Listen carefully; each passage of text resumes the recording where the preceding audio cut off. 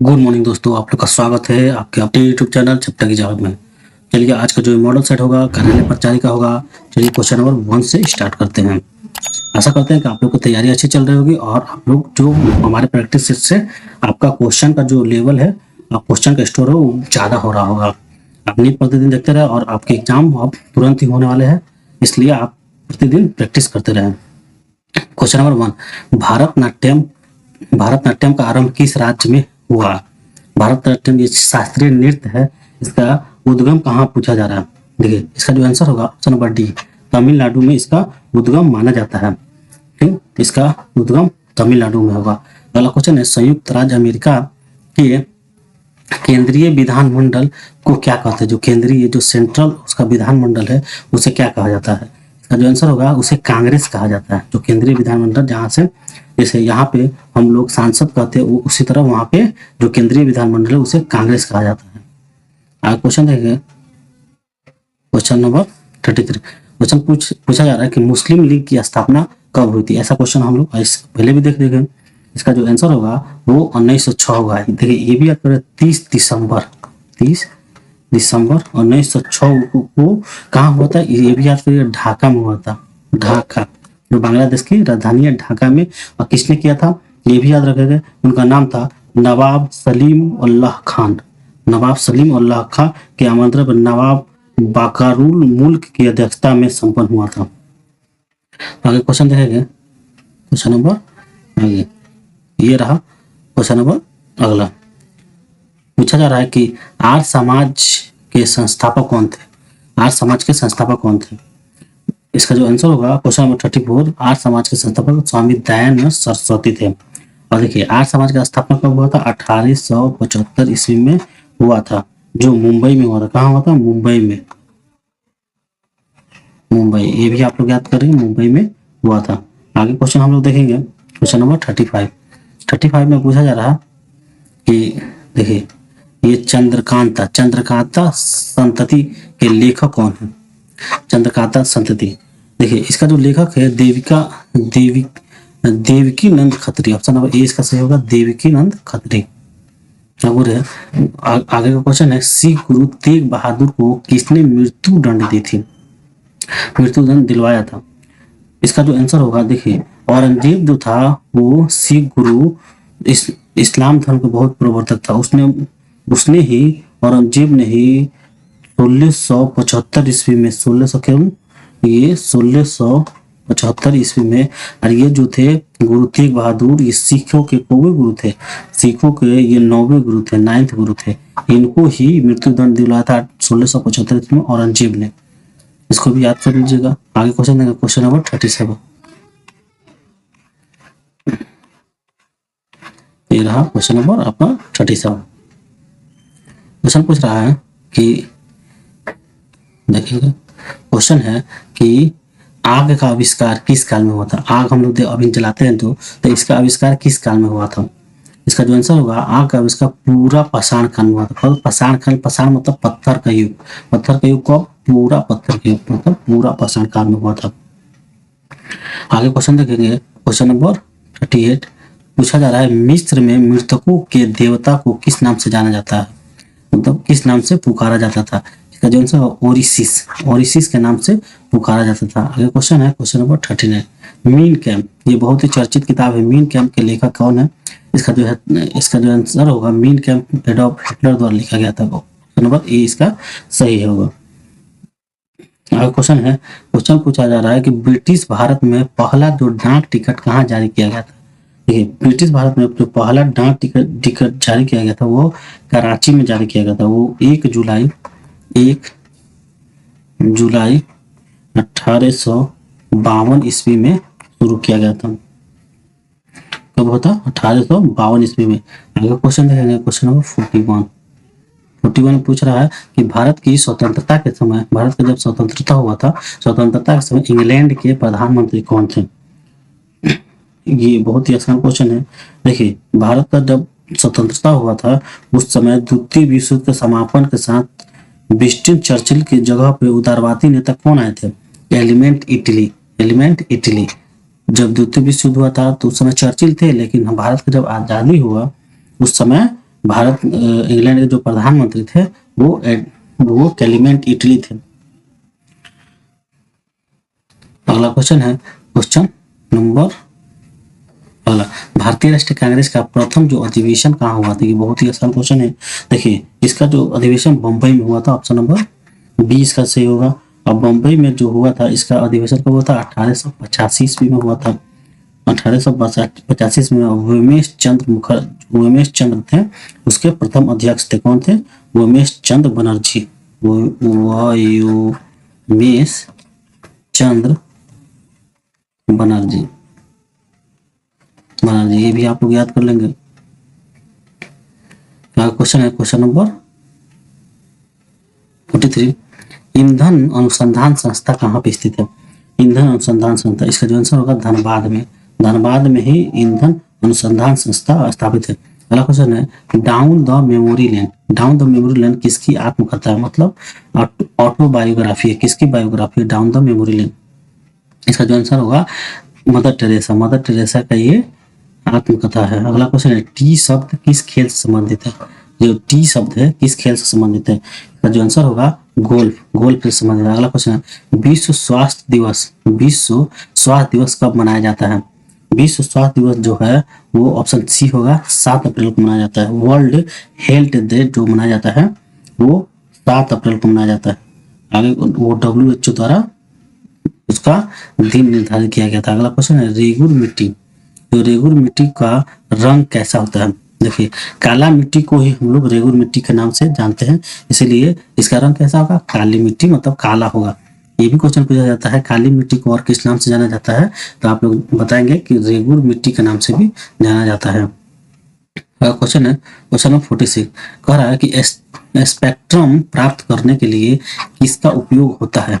Spectrum जो 7 रंग का जो निकलता है स्पेक्ट्रम, उसे प्राप्त करने के लिए देखिए इस तरह का त्रिभुज रहता है। प्रकाश की किरण यहाँ डालेंगे तो ये 7 रंगों में विभक्त हो जाएगा, इसे ही स्पेक्ट्रम कहा जाता है। तो ये जो ट्रायंगल नुमा जो होता है वो किसका उपयोग किया जाता है? इसका जो आंसर होगा वो प्रिज्म, इसे ही प्रिज्म कहा जाता है। ऑप्शन नंबर डी इसका सही आंसर। क्वेश्चन नंबर अगला है क्वेश्चन है कोशिका का आयतन बढ़ जाता है यदि बाह्य विलयन हो। बाह्य विलयन कैसा हो? जो आंसर होगा हाइपोटोनिक हो। कैसा हो? हाइपोटेनिक विलयन हो। क्वेश्चन नंबर 50 देखेंगे। 50 पूछा रहा कि प्रोकैरियोटिक जीनोम में होता है। कैसा होता है प्रोकैरियोटिक जीनोम में? देखिए इसमें क्या होता है हिस्टोन के बिना DNA होता है। ऑप्शन नंबर ए इसका सही आंसर होगा। हिस्टोन के बिना DNA होता है। आगे क्वेश्चन है क्वेश्चन नंबर 51। ये रहा क्वेश्चन नंबर 51। चलिए निम्नलिखित में से पूछा जा रहा है कि निम्नलिखित में से मानव का उद्भव स्थान कहाँ है? ये भी आप लोग को पहले क्वेश्चन हम लोग एक बार देख चुके हैं। देखिए जो मानव का उद्गम स्थल अफ्रीका माना जाता है। अगला क्वेश्चन निम्नलिखित में से सही रासायनिक सूत्र है। जो रासायनिक सूत्र इसमें से कौन सही है? तो जो आंसर होगा ऑप्शन नंबर सी MgCl2। अगला क्वेश्चन है क्वेश्चन कर रहा है रिक्तिका जो भेकल कहा जाता है, रिक्तिका के घेरने वाली झिल्ली कहलाती है, क्या कहलाती है? इसका जो आंसर होगा टोनोप्लास्ट। रिक्तिका को घेरने वाली जो झिल्ली होती है वो टोनोप्लास्ट कहलाती है। टोनोप्लास्ट। अगला क्वेश्चन है सल्फ्यूरस अम्ल। जो सल्फ्यूरस अम्ल होता है का रासायनिक सूत्र क्या है? सल्फ्यूरस अम्ल का जो रासायनिक सूत्र है H2SO3 होता है। H2SO3 होता है। निम्नलिखित में से कौन सा जड़े श्वसन जड़े हैं? निम्नलिखित में से कौन सा जो जड़े हैं श्वसन जड़े हैं? क्वेश्चन नंबर 55 का ऑप्शन नंबर डी है। Option number D pneumatophores. अगला क्वेश्चन है क्वेश्चन नंबर 55। चिपको आंदोलन का मुख्य उद्देश्य क्या था? चिपको आंदोलन का जो मुख्य उद्देश्य देखिए ये चिपको आंदोलन जो हुआ था 1973 में हुआ था। कब हुआ था? 1973 ईस्वी में उत्तर भारत में हुआ था। जो चिपको आंदोलन के मेन जो थे वो सुंदरलाल बहुगुणा थे और ये जो हुआ था वृक्ष के बचाने के लिए हुआ था। वृक्ष में ये चिपक जाते थे और लोगों जो काटने आते थे उसको काटने नहीं देते थे, इसीलिए चिपको आंदोलन हुआ। अगला क्वेश्चन है क्वेश्चन नंबर 57। कह रहा है कि इनमें से कौन सा अधिक सक्रिय धातु है? सबसे सक्रिय है, मतलब इसमें सक्रिय धातु कौन है? तो क्वेश्चन नंबर जो 57 होगा इसका जो आंसर होगा ऑप्शन नंबर डी जो ऑप्शन नंबर डी सबसे सक्रिय मतलब क्रियाशील धातु जो होगा रूबिडियम है। आरडी मतलब रूबिडियम, रूबिडियम। ठीक, अगला क्वेश्चन है क्वेश्चन नंबर 58। निम्नलिखित पेय फसलों में से भारत दुनिया में अग्रणी उत्पादक और निर्यातक है। कौन सा पेय फसल है सबसे ज्यादा वो क्या करता है, अग्रणी उत्पादक भी है और निर्यातक भी, सबसे ज्यादा बेचता भी है। जो आंसर होगा चाय।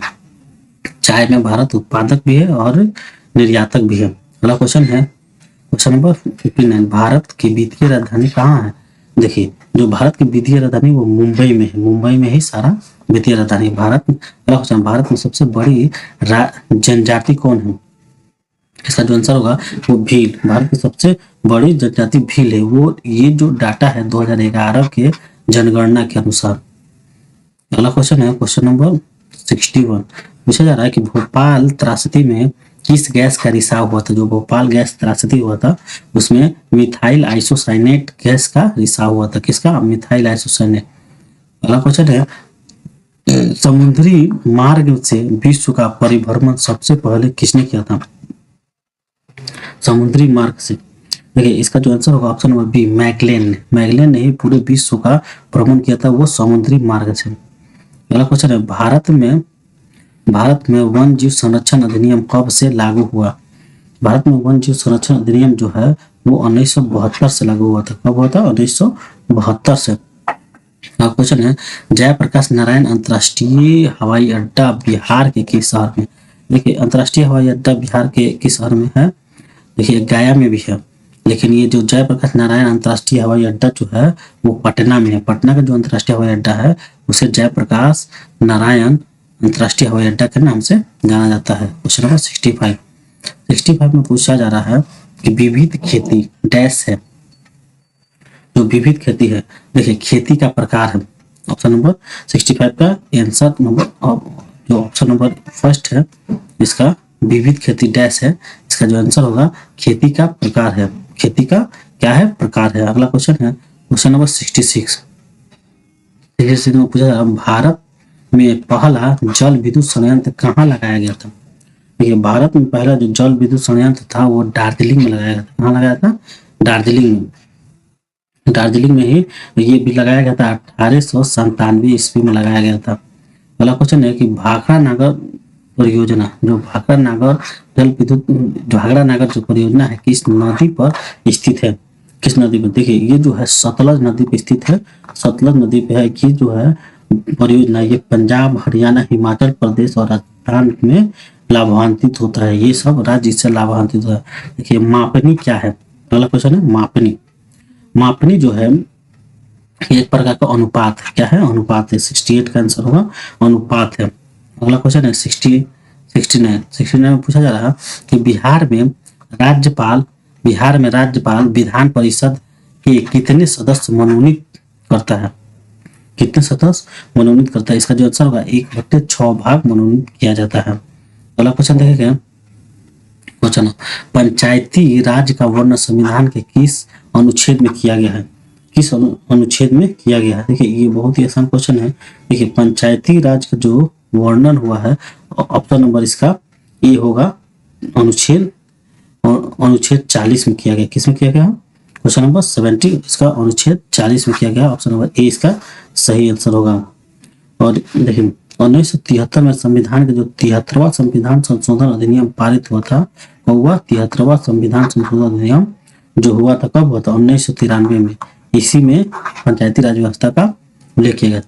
इसी के साथ ये जो जीके जीएस का जितने क्वेश्चन है टोटल 40 का सेट हमने कंप्लीट किया। और हिंदी इंग्लिश का आपका टोटल 30 अंक का क्वेश्चन हम लोग देखेंगे। चलिए ये रहा हिंदी का आपका पहला क्वेश्चन कह रहा है कि नयन में कौन सी संधि है। नयन जो है, नयन में कौन सी संधि है। इसका जो आंसर होगा नयन में देखिए आयादी स्वर संधि है। कौन सा संधि है, आयादी स्वर संधि। ऑप्शन नंबर डी इसका सही आंसर होगा। अगला क्वेश्चन है कलेजा ठंडा होना मुहावरे का अर्थ क्या होगा। ये मुहावरा है कलेजा ठंडा होना। देखिए इसका क्या होता है कि कलेजा ठंडा होगा मतलब क्या होगा, संतोष होना। जैसे ऑप्शन नंबर डी इसका सही आंसर होगा, संतोष होना। अगला क्वेश्चन है क्वेश्चन नंबर 73। इनमें से कौन सा वाक्य जो है अशुद्ध है। और शुद्ध वाक्य आपको बताना है। इसका जो आंसर होगा ऑप्शन नंबर बी, हाथी बहुत मोटी है। देखिए अशुद्ध वाक्य हाथी बहुत मोटा है होगा, मोटी नहीं होगा।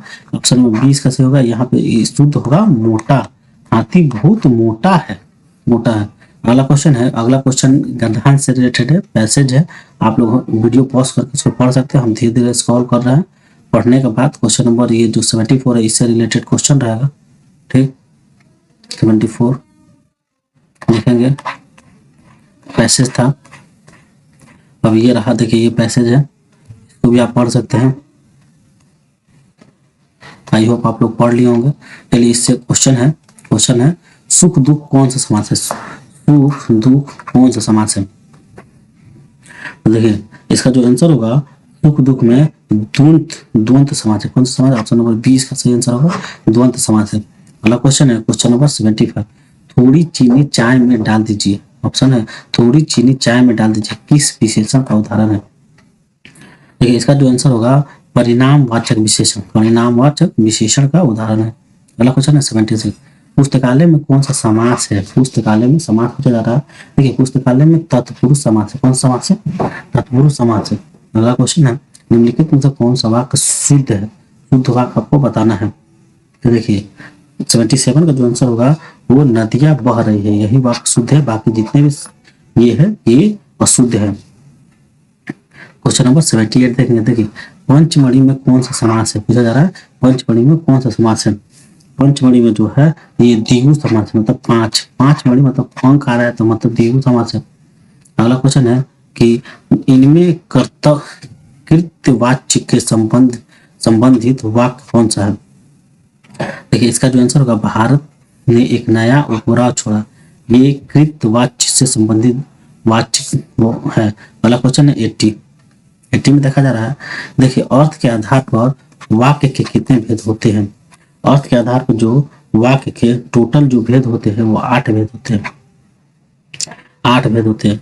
देखिए विधानवाचक वाक्य पहला, निषेधवाचक वाक्य, प्रश्नवाचक, विस्मयादिवाचक, आज्ञावाचक, इच्छावाचक, संदेहवाचक, संकेतवाचक, ये टोटल 8 वाक्य होते हैं। अगला क्वेश्चन है निश्चल शब्द का संधि विच्छेद करना है। देखिए इसका जो उत्तर होगा नि प्लस चल, निश्चल। अगला क्वेश्चन है क्वेश्चन नंबर 82। देखिए पूछा जा रहा है कि मोहन ने कहा कि मैं खेलूंगा, उक्त वाक्य में कर्ता है, कर्ता कौन है। 82 का जो होगा मोहन करता है, ऑप्शन नंबर ए इसका सही आंसर होगा। क्वेश्चन नंबर 83 पूछा जा रहा है कि वाक्य रसात्मक काव्यम किसकी परिभाषा है, किसकी परिभाषा है। इसका जो आंसर होगा आचार्य विश्वनाथ की परिभाषा है, आचार्य विश्वनाथ की परिभाषा। अब क्वेश्चन नंबर 84 देखेंगे। 84 देखिए ये रहा क्वेश्चन नंबर आपके सामने 84 में पूछा जा रहा है कि काम का न काज का दुश्मन अनाज का। ये आप लोग हर वक्त सुने होंगे, कहीं ना कहीं तो सुने ही होंगे। काम का न काज का दुश्मन अनाज का लुक किया है का अर्थ क्या होगा। इसका तो अर्थ आप लोग खुद बता सकते हैं कि दूसरों पर बोझ बनकर रहना, दूसरों पर बोझ बनकर रहना। क्वेश्चन है 85 में पूछा जा रहा है कि भाषा के जो भाषा है, भाषा के स्थानीय रूप को डैश कहते हैं, मतलब क्या कहते हैं। देखिए भाषा के जो स्थानीय रूप को उसे बोली कहते हैं, क्या कहते हैं, बोली कहते हैं। अगला क्वेश्चन है स्वर के साथ स्वर मिलने से जो विकार उत्पन्न होता है उसे क्या कहते हैं। स्वर के साथ जो स्वर मिलने के साथ विकार उत्पन्न होता है स्वर संधि कहते हैं। क्वेश्चन है देखिए वनवास में कौन सा समास है। वनवास में जो है वो तत्पुरुष समास है। कौन सा समास है, तत्पुरुष समास है। अगला क्वेश्चन है जिस समास में कोई भी पद प्रधान नहीं होकर अन्य पद प्रधान होता है उसे कौन सा समास कहते हैं। देखिए ये बहुव्रीहि समास की बात कर रहा है जिसमें कोई पद प्रधान नहीं होता, अन्य पद प्रधान होता है। अगला क्वेश्चन है गायक का संधि विच्छेद है। गायक का जो संधि विच्छेद होगा गौ प्लस अक। अगला क्वेश्चन है आचार्य दंडी ने कितने काव्य गुणों को स्वीकार किया, कितने काव्य गुणों को स्वीकार किया। इसका जो आंसर होगा 10 काव्य गुणों को स्वीकार किया, ऑप्शन नंबर सी इसका सही आंसर होगा। क्वेश्चन नंबर 91 में पूछा जा रहा है कि भारतमाला कविता में कवि ने किसे अज्ञान कहा है। इसका जो आंसर होगा गुलामी को अज्ञान कहा है। अगला क्वेश्चन है जनतंत्र का जन्म, जनतंत्र का जन्म कविता में कवि ने किसे देवता कहा है, किसे देवता कहा है। क्वेश्चन नंबर 92, 92 का जो आंसर होगा ऑप्शन नंबर सी, किसान मजदूर को देवता कहा है। अगला क्वेश्चन देखेंगे क्वेश्चन नंबर 93, 93 में पूछ रहा है हिरोशिमा कविता में सूरज कहाँ उगा। देखिए हिरोशिमा कविता में सूरज जो है नगर के बीचों बीच उगा। अगला क्वेश्चन है क्वेश्चन नंबर 94, 94 में पूछा जा रहा है कि एक वृक्ष की हत्या कविता में कवि ने किसे हवा कहा है, हवा कहा है। इसका जो आंसर होगा पर्यावरण को हवा कहा है। अगला क्वेश्चन है 95, कह रहा है कि हमारी नींद कविता में कवि ने किसका उल्लेख किया है, हमारी नींद कविता में। देखिए इसका जो आंसर होगा ऑप्शन नंबर सी, संघर्ष को, संघर्ष कविता में संघर्ष का उल्लेख किया है। अगला क्वेश्चन 96, 96 में पूछा जा रहा है अक्षर ज्ञान कविता में ज्यों अक्षर को कवि ने क्या कहा है, क्यों, ज्यों को कोई नहीं कहा, क्या कहा है, इसमें से कोई नहीं कहा। अगला क्वेश्चन है 97, 97 में पूछ रहा है कि लौट कर आऊंगा फिर, लौट कर आऊंगा फिर कविता में कवि ने किस रंग के धान की खेत की बात की है, किस रंग के धान की खेत की बात की है। इसका जो आंसर होगा ऑप्शन नंबर बी, पीले रंग के धान की खेत की बात की है। अगला क्वेश्चन है मेरे बिना तुम प्रभु कविता में कवि ने किसे प्यासा कहा है, किसे प्यासा कहा है। इसका जो आंसर होगा ईश्वर को प्यासा कहा है। क्वेश्चन नंबर 99 कह रहा है कि श्रम विभाजन और जाति प्रथा निबंध में लेखक ने किसे लोकतंत्र का प्रतीक माना है, किसे लोकतंत्र का प्रतीक माना है। इसका जो आंसर होगा ऑप्शन नंबर डी। देखिए समता को, स्वतंत्रता का, भातृत्व, तीनों को लोकतंत्र का प्रतीक माना है। अगला क्वेश्चन है क्वेश्चन नंबर आपका 100 है। देखिए 20 के दांत कहानी में लेखक ने किस वर्ग के लोगों पर व्यंग्य किया है, किस वर्ग के लोगों पर व्यंग्य किया है। देखिए इसका जो आंसर होगा अमीर लोगों पर व्यंग्य किया। इसी के साथ ये जो प्रैक्टिस सेट है आपका यहीं पर समाप्त होता है। ये टोटल क्वेश्चन का ये प्रैक्टिस सेट था जिसमें हम लोग जीके जीएस देखे और हिंदी के टोटल क्वेश्चन देखे। मैथ के क्लासेस हम चला रहे हैं, आप उसमें भी देखकर आप मैथ सीख सकते हैं और इससे आपकी जो तैयारी है और बूस्टअप हुआ। अगर आप लोग को हमारा वीडियो पसंद आ रहा है तो आप हमारे वीडियो को लाइक करें और हमारे चैनल को सब्सक्राइब करना ना भूलें, जिससे हमें मोटिवेशन मिलता है और नए आपके लिए कंटेंट लाने के लिए। और घंटी का बेल आइकन जरूर दबाएं जिससे कि मेरे अगला वीडियो आने की सूचना आपको सबसे पहले मिले। इन्हीं सब शब्दों के साथ धन्यवाद। आप तैयारी लगातार करते रहे, सफलता एक ना एक दिन जरूर मिलेगी।